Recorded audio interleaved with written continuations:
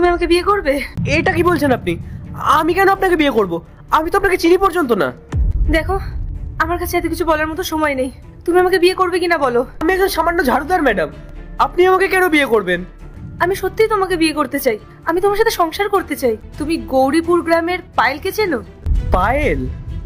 আচ্ছা রাহুল, তুই যখন বড় হয়ে যাবি আমাকে ভুলে যাবি না তো? না পায়েল, আমি তোকে কখনোই ভুলবো না। তুই আমার বেস্ট ফ্রেন্ড, আর আমরা বড় হয়ে দুজন দুজনকে বিয়ে করবো, ঠিক আছে? আচ্ছা, আর আমি কখনো হারিয়ে গেলে তখন? আমি তোকে কখনোই হারাতে দেবো না। আমি তোর পাশে সব সময় থাকবো। প্রমিস? প্রমিস। পায়েল, তুমি এখানে? হ্যাঁ, আমি তোমাকে বিয়ে করার জন্য এসেছি। কিন্তু পায়েল, আমি তোমাকে আর বিয়ে করতে পারবো না। আমাদের আর এক হওয়ার কোনো সুযোগ নেই। পায়েল, আমার কিন্তু বিয়ে হয়ে গেছে, আর আমার ওয়াইফ আর এই পৃথিবীতে নেই। আমাদের একটা ছেলেও আছে 8 বছরের। হ্যাঁ রাহুল, আমি জানি তোমার ছেলে রিক। সব ঠিক আছে পায়েল, কিন্তু তুমি এখানে এই বিয়ের ড্রেসে কেন এসেছো? দেখো রাহুল, এই জায়গাটা আমাদের কথা বলার জন্য একদম সেফ নয়। আমরা কথা বলার জন্য বিকেলে কোথাও দেখা করি। হ্যাঁ নিশ্চয়ই। তুমি আমাকে তোমার নাম্বারটা দাও, আমি তোমাকে কল করে বলে দেবো যে আমরা কোথায় দেখা করব। আর হ্যাঁ, রিককে কিন্তু অবশ্যই নিয়ে আসবে তুমি। আচ্ছা ঠিক আছে। ঠিক আছে, আমি এখন আসছি, বিকেলে দেখা হচ্ছে। হ্যালো রিক, তুমি এখানে বসো বাবা, আমার পাশে বসো। কেমন আছো তুমি? ভালো আছি। হ্যাঁ পায়েল, বলো তুমি কি বলছিলে?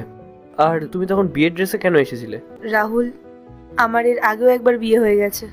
মা বাবা আমার বিয়ে ঠিক করলো, আমার বিয়েও হলো, আমি সংসারও শুরু করেছিলাম। আর কয়েক বছর পার হওয়ার পর আমি জানতে পারলাম যে আমার হাজবেন্ড আমাকে চিট করছে। সবকিছু জানার পরে ওকে ডিভোর্স দিয়ে দিই। তুমি জানো রাহুল, আমার বাবা মা আমাকে সব সময় জোর করতো আরেকটা বিয়ে করার জন্য। আমি বিয়ে করতে চাইতাম না, কিন্তু আমার মা বাবা আমার কোনো কথা না শুনে আবার আমার বিয়ে ঠিক করলো। তাই আমি বিয়ের মণ্ডপ থেকে পালিয়ে তোমার কাছে এসেছি। কিন্তু পায়েল, এটা তুমি ঠিক করোনি। তাহলে আমি আর কি করতাম রাহুল, তুমিই বলো। যেদিন থেকে আমি রিককে দেখলাম না, সেদিন থেকে না ওর প্রতি আমার কেমন একটা মায়া জন্মে গেছিল। আর আমি আবার নতুন করে স্বপ্ন দেখা শুরু করলাম, তোমাকে আর রিককে নিয়ে। আর তখন আমার মনে হয়েছিল যে আমি যদি দ্বিতীয়বার আর কখনো বিয়ে করি, তাহলে আমি তোমাকেই বিয়ে করব। আর রিককে আমি নিজের কাছে নিয়ে আসব, ওকে আমার কাছে আমি আগলে রাখবো। সত্যি কথা বলতে রাহুল, আমি আমাদের কথা ভেবে বলছি না, আমি রিকের কথা ভেবে বলছি। আমি রিকের মা হতে চাই। পায়েল, তুমি না আজকে আমার সব কষ্টগুলোকে খুশিতে ভরিয়ে দিয়েছো। ও তোর মায়ের ভালোবাসাটা পেল না। আসলে কি বলতো, ও তো অনেক অল্প বয়সে ওর মাকে হারিয়েছে। আমি না সবসময় চেষ্টা করতাম ওকে মা বাবা দুজনেরই ভালোবাসা দেওয়ার।